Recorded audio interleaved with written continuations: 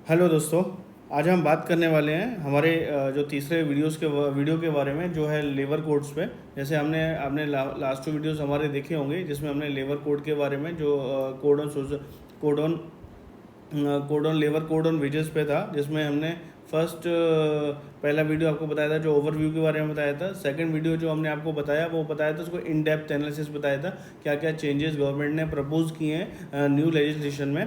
सो आज हम हमारे इसी कंटिन्यूशन में आज हम तीसरे वीडियो के बारे में आपको बताएंगे, जो है code on social security in India, जो कि आया था 2020 में।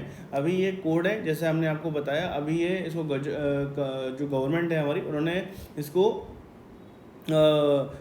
जो गैजेट ऑफ इंडिया होता है उसमें नोटिफाई नहीं किया हुआ है। एक बार जब नोटिफाई हो जाएगा तो ये सभी जगह इम्प्लीमेंट होगा, और सभी सभी पे इसका जो इसको कंप्लाइंस होंगे इसके थ्रू, वो सभी ऑर्गेनाइजेशन को, सभी गवर्नमेंट बॉडीज़ को करने होंगे। तो आज हम बात करते हैं इसी की। सबसे पहले हम बात करेंगे labour code on social security, जो 2020 में आया था। बेसिकली जो गवर्नमेंट ने इसके बारे में जो एक लैंडमार्क लेजिस्लेशन था, क्योंकि अभी आपने देखा होगा सोशल सिक्योरिटी से रिलेटेड जितने भी लेबर लॉज हैं, चाहे वो पीएफ एक्ट हो, आपका ग्रेजुएटी एक्ट हो, चाहे वो आपका मैटरनिटी बेनिफिट हो, आपका जो सीनियर वर्कर का जो वेज वेलफेयर फंड होता है उसके बारे में हो, या BOCW एक्ट हो, आपका building and other construction worker act हो, या unorganised worker social security act हो, या वो एम्प्लॉय कॉम्पनसेशन वाला हो, एम्प्लॉय इंश्योरेंस वाला जो लॉ हो, इसमें क्या है ना, अपने बहुत सारे प्रोविजंस अलग अलग दिए गए हैं, अलग अलग बेनिफिट हैं। अगर आपको कंप्लेंट करना है किसी के लिए तो जो स्टेचुटरी बॉडीज़ है वो भी अलग अलग है। आप जैसे बात करेंगे, ग्रेजुटी की बात करूंगा मैं, अगर अगर आपको कुछ ग्रीवेंसेस है ग्रेजुटी के रिगार्डिंग में, तो आपको आरएलसी के पास जाके, ALC और RLC के पास जाके कंप्लेंट फाइल करना पड़ेगा। ओके, अगर सिमिलरली अगर आपको एम्प्लॉय वर्कमैन कॉम्पनसेशन पॉलिसी के अंदर कमिश्नर का डेफिनेशन अलग दिया हुआ है कि who will be the commissioner, किसके पास आपको जो एम्प्लॉयर है किसके पास जाके उसको वो जमा कराएगा, तो प्रोविजंस काफ़ी अलग अलग दी गए हैं। तो इसको हम एक मानेंगे एक लैंडमार्क लेजिस्लेशन था, जिसमें गवर्नमेंट ने सारे जितने भी जो मैंने आपको नाम लिए, इसके हम आगे भी चर्चा करेंगे, जितने भी एक्ट्स थे इन सबको एक स्ट्रीमलाइन करके, कॉन्सोलिडेट करके एक फ्रेमवर्क रेडी किया हुआ है। ठीक है दोस्तों, तो ये क्या है ना, एक कॉन्सोलिडेटेड रहेगा, एक ही आपको लॉ पढ़ना है, सारे प्रोविजंस उसमें दिए रहेंगे, तो वो क्या इफेक्टिव इम्प्लीमेंटेशन के लिए बहुत ज़रूरी रहेगा। और वो साथ में क्या है, इजी सभी के लिए इजी रहेगा कि एक ही बार पढ़ना है और जो जो प्रोविजंस दिए गए हैं उसी को इम्प्लीमेंट करना है। तो इस लॉ में क्या है ना, सारी सोशल सिक्योरिटी रिलेटेड जितनी भी स्कीम्स थी, जैसे मैंने आपको बताया कि PF हो गया, ESI आ गया, जो भी हमारे जो कॉन्ट्रैक्ट वर्कर है उनसे रिलेटेड जितनी भी स्कीम्स थी, सभी को इसमें कॉम्प्रिहेंसिव तरीके से इंक्लूड किया गया है। और जो भी डाइवर्स सेक्टर से आते हैं, मतलब अलग अलग सेक्टर, चाहे वो हमारे गिग वर्कर हो, प्लेटफॉर्म वर्कर हो, ओके, और नॉर्मल कॉन्ट्रैक्ट वर्कर हो, जो भी वर्कर्स हैं उन सबको इसमें इनको प्रोविजंस दिया गया है। ठीक है, तो ये इसमें के सारे बेनिफिट्स आपके कवर किए गए हैं, चाहे वो इंजरी बेनिफिट हो जो आपके ESI में कवर होते हैं, या वर्कमैन कॉम्पनसेशन में कवर होते हैं, या आपके मैटरनिटी बेनिफिट हो, चाहे वो मैटरनिटी जो एक्ट है उसमें कवर होता है, रिटायरमेंट बेनिफिट हो गया, आपके PF हो गया, ग्रेजुटी हो गया आपका, वो सब इस लेजिस्लेशन में कवर है। इसके बारे में हम आगे भी चर्चा करेंगे दोस्तों। अगर मैं बात करूं कि ऑब्जेक्टिव क्या है इस कोड के बारे में, तो सबसे पहला आएगा आपका यूनिवर्सल कवरेज।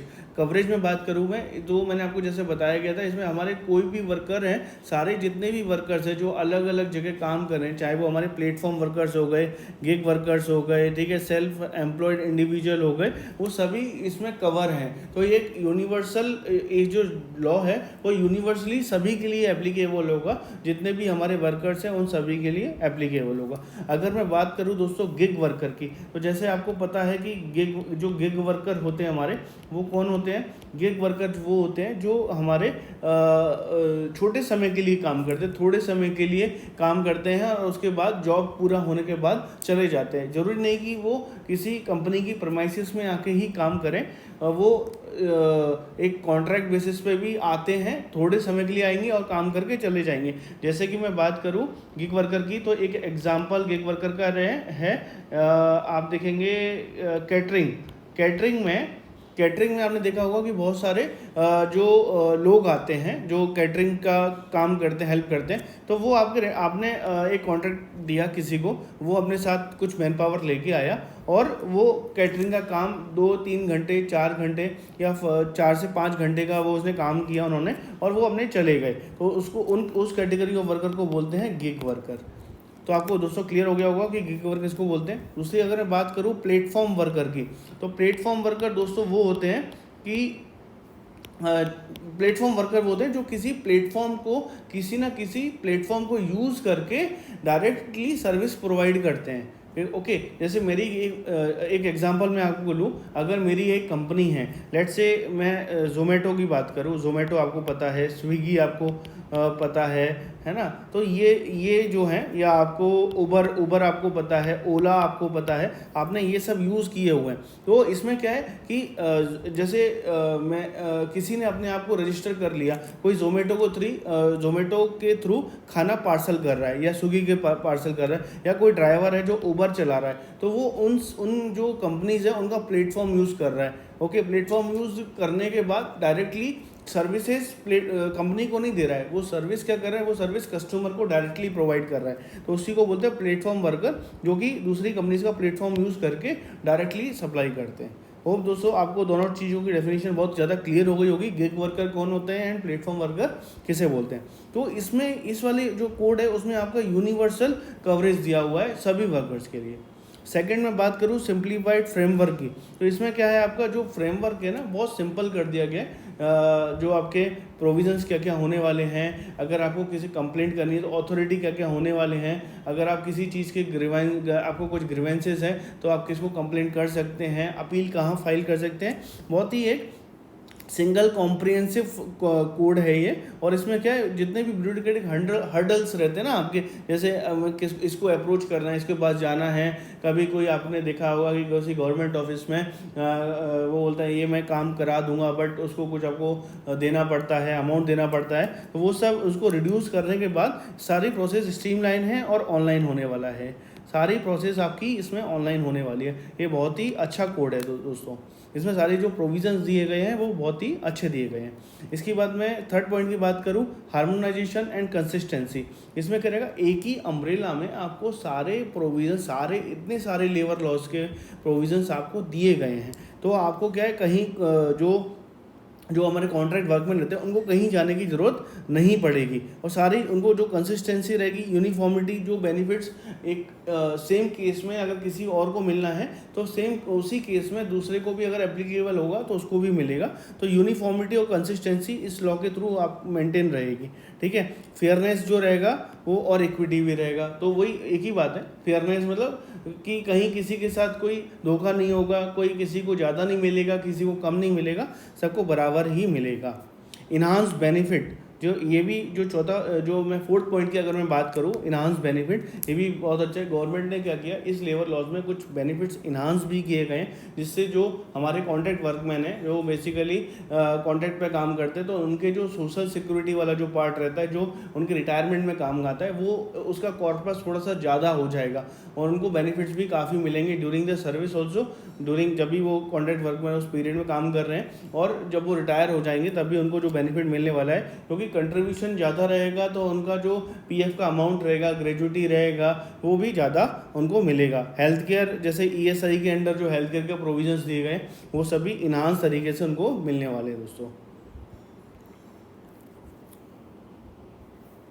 अगर मैं दोस्तों बात करूं एप्लीकेबिलिटी एंड कवरेज के लिए, तो कवरेज किस किस के पास है, जिसमें मैंने आपको बताया, जितने भी ऑर्गेनाइजर अनऑर्गेनाइज सेक्टर में जितने भी हमारे कॉन्ट्रैक्ट वर्कमैन काम करते हैं, सभी लोग इसके दायरे में रहेंगे। इसके बाद प्लेटफॉर्म वर्कर और गिग वर्कर, जो मैंने आपको एक्सप्लेन किया, वो भी इसी दायरे में रहेंगे।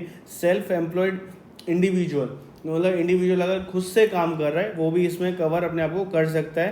कंस्ट्रक्शन वर्कर हो गए, सी फेरर हो गए, और डोमेस्टिक वर्कर ऑब्वियसली इसमें इसके कवरेज में आएंगे। एक्सक्लूजन में क्या क्या नहीं, कौन कौन से नहीं आएंगे दोस्तों, आर्म्ड फोर्सेस के जो भी हमारे मेंबर्स हैं वो सब नहीं आएंगे, गवर्नमेंट एम्प्लॉयज़ नहीं आएंगे, और बैंक्स वगैरह के, इंश्योरेंस कंपनीज़ के ये जो भी हमारे एम्प्लॉयज़ हैं वो इससे बाहर रहेंगे, वो इसके अंदर में कवर नहीं करते हैं, ठीक है। प्रोविजंस मैंने आपको ऑलरेडी कवर कर दिया दोस्तों। सोशल सिक्योरिटी के बेनिफिट रिलेटेड जितने भी हमारे बेनिफिट्स हैं वो सब इसमें कवर हैं, जैसे एम्प्लॉयमेंट की इंजरी हो गया, मैटरनिटी बेनिफिट हो गया आपका, है ना, एंड आपके जो भी अदर सोशल वेलफेयर वर्कर्स जैसे ग्रेजुएटी हो गया, पीएफ हो गया, वो सब आपको मिलने वाले हैं। बट इसमें क्या होगा, जो भी इसकी जो जितनी भी जो भी आपके इसमें रूल्स एंड रिस्पॉन्सिबिलिटी रहने वाली दोस्तों, वो सभी के ऊपर है। वो स्टेक होल्डर्स की, जो लोग बेनिफिट लेने वाले हैं उनके ऊपर भी रहने वाला है, एम्प्लॉयर जो उसको इम्प्लीमेंट करने वाले हैं उनके ऊपर भी रहने वाला है, और ऑब्वियसली गवर्नमेंट जो इसको इम्प्लीमेंट कर रही है वो कितने इफेक्टिव तरीके से उसको इम्प्लीमेंट कर सकती है, उनके ऊपर भी इसकी जो रूल्स एंड रिस्पॉन्सिबिलिटी है वो काफ़ी हद तक रहेगी। तो सभी को, अगर सभी तीनों चारों जो भी लोग हैं, जो भी इस चीज़ में पार्टीज़ हैं, वो अगर इफ़ेक्टिव तरीके से काम करेंगी तो ये जो लॉ है, जो आपका कोड, अभी जो कोड है जो लॉ बन जाएगा सब्सिक्वेंटली, वो बहुत बेहतर तरीके से काम करेगा और लोगों को बेनिफिट इससे मिलना चालू हो जाएगा। तो दोस्तों जैसे मैंने आपको ऑलरेडी बताया कि इसमें कौन कौन सी स्कीम कवर है, एक बार हम देख लेते हैं। ईएसआई आपका हो गया, एम्प्लॉय स्टेट इंश्योरेंस एक्ट जो रहेगा आपका, इसमें आपके maternity benefit, sickness benefit, okay, medical benefit हो गया, मैटरनिटी हो गया, डिसेबलमेंट बेनिफिट हो गया और डिपेंडेंट बेनिफिट हो गया। तो ये सब इसमें कवर रहेंगे आपके, जो कि ईएसआई में थे वो सब कॉन्सोलिडेट होकर इसमें आ गए आपके। फिर पीएफ एक्ट आपका था, पीएफ में आपका क्या कहता है, रिटायरमेंट बेनिफिट था, पेंशन था और प्रोविडेंट फंड कंट्रीब्यूशन था। पेंशन में बात करूँ तो ये EPS 95 वाला पेंशन है, जो आपको ऑलरेडी पता है कि जितने भी लोग का मिनिमम, अभी गवर्नमेंट ने शायद 1000 रुपीज़ कर दिया है मिनिमम पेंशन जो है EPS 95 में, वो मिनिमम 1000 है। तो जो भी कॉन्ट्रैक्ट वर्कमैन हमारे 58 ईयर्स कंप्लीट कर लेते हैं उनको 1000 मिनिमम पेंशन तो मिलना ही मिलना है। बाकी डिपेंड करता है कि उनके टोटल लास्ट ड्रॉन वेजेस कितने थे और उसकी कैलकुलेशन है प्रॉपर तरीके से, वो ऑनलाइन ही अप्लाई करना पड़ता है, वो हो जाएगा उससे। उसके बाद में बात करूँ एनपीएस के लिए, इसमें एनपीएस का भी गवर्नमेंट ने प्रोविज़न दिया है, नेशनल पेंशन स्कीम है। इसमें क्या है, इसमें अभी तो जैसे ये जो स्कीम है वो गवर्नमेंट एम्प्लॉयज़ के लिए गवर्नमेंट एम्प्लॉयज़ के लिए ऑलमोस्ट मैंडेटरी ही है, और प्राइवेट अगर इंडिविजुअल भी है या प्राइवेट एम्प्लॉयज़ है वो भी अपना अकाउंट खोल के इसमें कंट्रीब्यूशन कर सकते हैं, और उनको जो बेनिफिट्स है वो उनको भी मिलेगा। बेनिफिट जैसे क्या है कि 60 साल के बाद आपको पेंशन चालू हो जाएगी, इसमें से कुछ अमाउंट आप विड्रॉ भी कर सकते हैं, 60% आप विड्रॉ कर सकते हैं टोटल अमाउंट का जब आप 60 साल के हो जाएंगे, और 40% का आपको इसमें आपको एन्युटी परचेज करना होगा। ओके दोस्तों, इसके बारे में, एनपीएस के बारे में हमारा एक वीडियो है, अवेयरनेस सेशन हमने करके एक वीडियो बनाया हुआ है, वो भी आप देख सकते हैं। काफ़ी इन डेप्थ वीडियो हमने एनपीएस के ऊपर बनाया हुआ है। अगर आपको एनपीएस के बारे में ज़्यादा जानकारी चाहिए, आप हमारे वीडियो को रेफ़र कर सकते हैं। इसके बाद दोस्तों एक है अटल पेंशन योजना, जो एक लो इनकम जो अर्नर होते हैं, जो जिनको जैसे जो दिहाड़ी मजदूर इनको हम बात करते हैं, जो हमारे पर डे वेजेस पे काम करते हैं, उनके लिए गारंटीड पेंशन योजना है ये अटल पेंशन योजना। इसके बाद दोस्तों और भी स्कीम्स आती हैं, जैसे प्रधानमंत्री जीवन ज्योति योजना, एक्सीडेंटल के लिए जो आती हैं, एक्सीडेंट्स हो जाते हैं उनके लिए आती हैं। तो सारी जितनी भी पॉलिसीज़ हैं, जो सोशल सिक्योरिटी स्कीम्स हैं, वो सब इसमें कवर की गई हैं।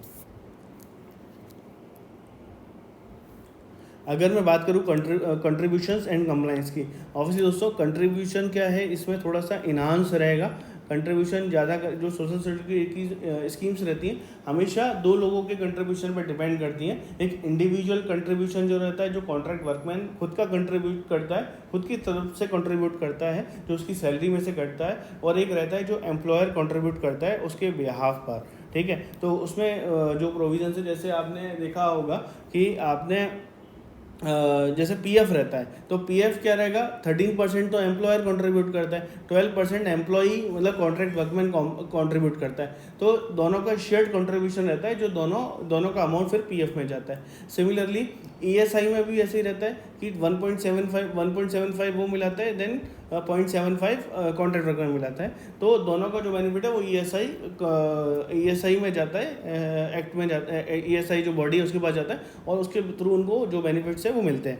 सिमिलरली इसमें भी ऐसे ही रहने वाला है, और इसमें क्या रहेगा, जो आपके रेट्स रहेंगे वो पीरियडिकली रिव्यू गवर्नमेंट करती रहेगी टाइम टू टाइम, जैसे बाकी चीज़ों में भी करती रही है। जैसे पीएफ में भी हुआ है, ईएसआई में भी पहले भी हुआ है, वो आगे भी होता रहेगा, और उसके बेसिस पे जो भी असेसमेंट रहेगा, करंट उस समय की जो करंट नीड्स रहेगी, क्या इन्हांस कंट्रीब्यूशन ज़्यादा करना है, कम करना है, बेनिफिट ज़्यादा करना है, उस पर डिपेंड करता है, उसके हिसाब से गवर्नमेंट देखते रहेगा।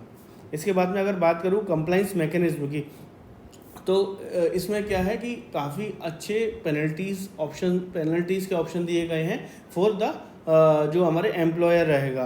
तो अगर किसी भी तरीके से नॉन कंप्लाइंस हुआ किसी भी प्रोविज़न्स का, तो काफ़ी अच्छे इसमें पेनल्टीज़ के प्रोविज़न दिए गए हैं। और इसमें क्या इन्फोर्समेंट बॉडीज़ का भी एक पार्ट है, जो जितने भी लेबर लॉज, जितने भी जो इसके अंदर जितने भी लॉज आएंगे, जितने भी प्रोविजन आएंगे, उसको इफेक्टिव कैसे इम्प्लीमेंट कराना है उसके बारे में भी क्लियर कट गाइडलाइंस इसमें दी गई है। डिजिटाइजेशन एंड ऑटोमेशन, डिजिटलाइजेशन और ऑटोमेशन, इसकी में अगर बात करूँ तो सारी जो भी प्रोविजंस होने वाले हैं, अगर आपको कुछ क्लेम करना है, पेंशन के लिए अप्लाई करना है या प्रोविडेंट पीएफ आपका विड्रॉ करना है, सभी चीज़ डिजिटल होने वाला है, सभी चीज़ ऑनलाइन होने वाला है। जितने भी डिसबर्समेंट होंगे, मतलब आपको जो पैसा मिलेगा, जो पैसा आपके अकाउंट में आएगा, सारा डायरेक्टली अकाउंट में आएगा। इससे क्या होगा, इफ़िशियंसी बढ़ेगी, मतलब कि किसके पास चीज़ें कहाँ पेंडिंग है, कितने टाइम में प्रोसेस हो रहा है, ऑब्वियसली इफिशियंसी बढ़ेगा। देन आपका जो एडमिनिस्ट्रेटिव रिफॉर्म्स होगा, ओके, वो भी कम हो जाएगा। और जो ट्रांसपेरेंसी होगा वो आपका क्लियर रहेगा कि किसके पास है, कितने टाइम में आपने कब अप्लाई किया, कब आपको बेनिफिट मिला, कहाँ नहीं मिला, तो किसके पास पेंडिंग है, सब कुछ ऑनलाइन रहने वाला है, सब कुछ आपको विजिबल रहेगा। और आप इससे क्या होगा ना कि लोगों की अकाउंटेबिलिटी जो होगी ना वो बढ़ेगी। एडमिनिस्ट्रेशन एनफोर्समेंट की मैंने आपको ऑलरेडी बता दिया है। इसमें गवर्नमेंट का रोल तो ऑब्वियसली रहने वाला है। गवर्नमेंट क्या करेगा ना, ओवरसी करेगा सारे जितने भी रूल्स हैं। अगर इसको कभी ना कभी गवर्नमेंट को कुछ चेंजेस करने हैं, कुछ इन्हांस करना है, कुछ एड ऑन करना है, तो वो obviously government is the implementation body, उसको इम्प्लीमेंट करेगा। इन्फोर्समेंट एजेंसी की भी अगर मैं, जैसे मैंने आपको ऑलरेडी बताया कि इसमें इन्फोर्समेंट एजेंसी का भी प्रोविजन दिया हुआ है। तो जो जितने भी प्रोविजंस हैं उनको इफेक्टिव इम्प्लीमेंट करने की जिम्मेदारी इन्फोर्समेंट एजेंसीज की ही रहने वाली है। अगर कुछ भी वायलेशन हुआ, अगर किसी भी एम्प्लॉयर ने कुछ भी वायलेशन किया या कॉन्ट्रैक्टर ने वायलेशन किया, तो ऑब्वियसली उन पर जो पेनल्टीज़ के प्रोविजंस दिए गए हैं वो काफ़ी क्रूशियल हैं और काफ़ी अच्छे खासे पेनल्टीज़ दी गई हैं तो प्रोविजंस के अंदर में। तो उस ऑब्वियसली इन्फॉर्मेशन एजेंसी अपना काम करेंगी। ग्रीवेंस रिड्रेसल की मैं बात करूं, अगर आपको किसी कारण कोई कंप्लेंट है, आपका कोई ग्रीवेंस है, ठीक है, अगर आपको उसको कंप्लेंट लॉन्च करना है तो वो भी उसके भी प्रोविजंस दिए गए हैं। अप्रोप्रिएट अथॉरिटी के बारे में बताया गया है कि आपकी जो किस रिलेटेड जो आपका ग्रीवेंस है, कंप्लेंट है, और आपको किसको कंप्लेंट करनी चाहिए, वो सब उसमें क्लियर कट आपको दिया गया है। इसमें ग्रीवेंस रिड्रेसल प्रोसेस बहुत बेहतरीन तरीके से बताया गया है लॉ में, ओके। और वो आपको उसी चैनल के थ्रू आपको अपनी कंप्लेंट लॉन्च करनी है, जिसका आपको जो भी उसका सॉल्यूशन है वो इमीडिएटली आपको मिल जाए। डिस्प्यूट रेजोल्यूशन मैकेनिज्म, जैसे मैंने आपको बताया लीगल फ्रेमवर्क, ऑब्वियसली कि कोड में आपको सब कुछ दिया गया। अगर आपको कोई भी डिस्प्यूट होता है, कोई भी कंप्लेंट अगर किसी को होती है, तो वो ऑब्वियसली इसमें उसके बारे में पूरा लीगल फ्रेमवर्क बनाया गया है। फाइलिंग, कंप्लेंट कैसे फाइल करनी है, ठीक है, इन्वेस्टिगेशन कौन करेगा और डिस्प्यूट कौन हैंडल करेगा, उसके बारे में क्लियर कट गाइडलाइंस इस लॉ में अभी जो कोड है इसमें दी गई है। अल्टरनेटिव डिस्प्यूट रेजोल्यूशन, इसमें क्या है कि इसमें जैसे आपने दोस्तों इंडस्ट्रियल डिस्प्यूट एक्ट है, उसमें पढ़ा होगा कि मीडिएशन रहता है, कोई आके दोनों पार्टियों के बीच में मीडिएटर का काम करता है और दोनों से बात करता है और एक ही जगह दोनों को लेके आता है कि हाँ ठीक है, दोनों के लिए विन विन सिचुएशन रहता है कि हाँ आपके लिए भी फ़ायदा है और सामने वाली पार्टी के लिए भी फ़ायदा है। तो ऐसे प्रोविजंस भी इसमें दिए गए हैं, जैसे मीडिएशन और कंसिलिएशन दोनों के प्रोविजंस इसमें दिए गए हैं, सो दैट कि आपको लीगली मतलब आपको कम अप्लाई करना पड़े, लीगली कम जाना पड़े और उससे पहले ही आपका रेजोल्यूशन हो जाए, ठीक है। क्योंकि लीगली थोड़ा सा कॉस्टली हो जाता है, आपको एक फ़ी पे करनी पड़ती है, देन आपका फिर देन इंक्वायरी होता है, देन प्रोसेसिंग होता है। उससे पहले ही आपका मीडिएशन और कंसलिएशन का प्रोविज़न है, उसको आप यूज़ करें। उसके लिए कॉर्पोरेट वर्कमैन का भी यूज़ कर सकता है और वो आपका अगर वो यूज़ करता है और उसी से आपके सोल्यूशन हो जाए तो आपको लीगली करने की ज़रूरत नहीं पड़ेगी दोस्तों। इसके बाद में अगर मैं बात करूँ जुडिशियल रिव्यू के लिए, ऑब्वियसली एक कोड इसमें आपका एक इन्फोर्समेंट एजेंसीज और डिस्प्यूट रेजोल्यूशन बॉडीज़ का प्रोविजन ऑलरेडी दिया गया है, मैंने आपको अपने पिछली स्लाइड में ही बताया है, ठीक है। अगर हायर लेवल अपील करना है उसके भी प्रोविजंस दिए गए हैं, ठीक है। अगर कोई भी राइट वर्कमैन का वायलेट होता है, कोई भी बेनिफिट पास ऑन नहीं होता है, ठीक है, तो वो हायर लेवल पे अपील फाइल कर सकता है। ओके, तो दोस्तों आज ये हमारा ओवरव्यू था, ये हमारी ओवरव्यू प्रेजेंटेशन थी। इन डेप्थ प्रेजेंटेशन हम आपके लिए सब्सिक्वेंट जो हमारी प्रेजेंटेशन रहने वाली है वो हम इन डेप्थ प्रेजेंटेशन रहेगी, जिसके में हम बात करेंगे। तो इस जो प्रेजेंटेशन की मैं बात करूँ तो इसमें कंक्लूजन टेक अवे क्या, ये एक रॉबस्ट लॉ है। ओके, इसमें गवर्नमेंट ने काफ़ी मेहनत की हुई है, सारे जितने भी एक्ट्स हैं इसको कंबाइन करके एक सिंगल एक्ट में, एक सिंगल कोड लॉ में उसको सारे प्रोविजंस को लेके आना एक अपने आप में एक बहुत बेहतरीन टास्क है, मतलब टफ टास्क है बहुत। गवर्नमेंट ने बहुत अच्छे तरीके से इसको किया है, बट इसका डिपेंड क्या करता है, जैसे सभी लोग जो हमारे गवर्नमेंट है, एम्प्लॉयर है या एम्प्लॉयज़ हैं, अगर वो कोलैबोरेटिव काम करेंगे, मतलब एक दूसरे को समझेंगे और तरीके से काम करेंगे, तो इसको इफेक्टिव इम्प्लीमेंटेशन भी पॉसिबल है। और हमारे जो जो प्रोविजंस दिए गए हैं उसके बारे में भी बेहतर तरीके से इम्प्लीमेंट होगा और जो वर्कर को जो बेनिफिट्स है वो पास ऑन किए जाएंगे। तो आई मस्ट से कि ये जो लॉ है social code of social security, okay, जो 2020 में आया था, ये एक बहुत ही इफेक्टिव रहने वाला है, क्योंकि इसमें आप मेहनत ज़्यादा, आपको हर चीज़ नहीं पढ़ना है, एक ही चीज़ पढ़ना है और उसी में जो भी प्रोविजंस दिए गए हैं उसको इफेक्टिव इम्प्लीमेंट करना है, सो दैट कि जो डायलेमा है, जो भी डिफरेंट डेफिनेशंस के डायलेमा है, ये फॉलो करना है, ये करना है, ये अथॉरिटीज़ इसमें हैं, ये अथॉरिटीज़ में, वो सब इसमें कवर होने वाली हैं दोस्तों।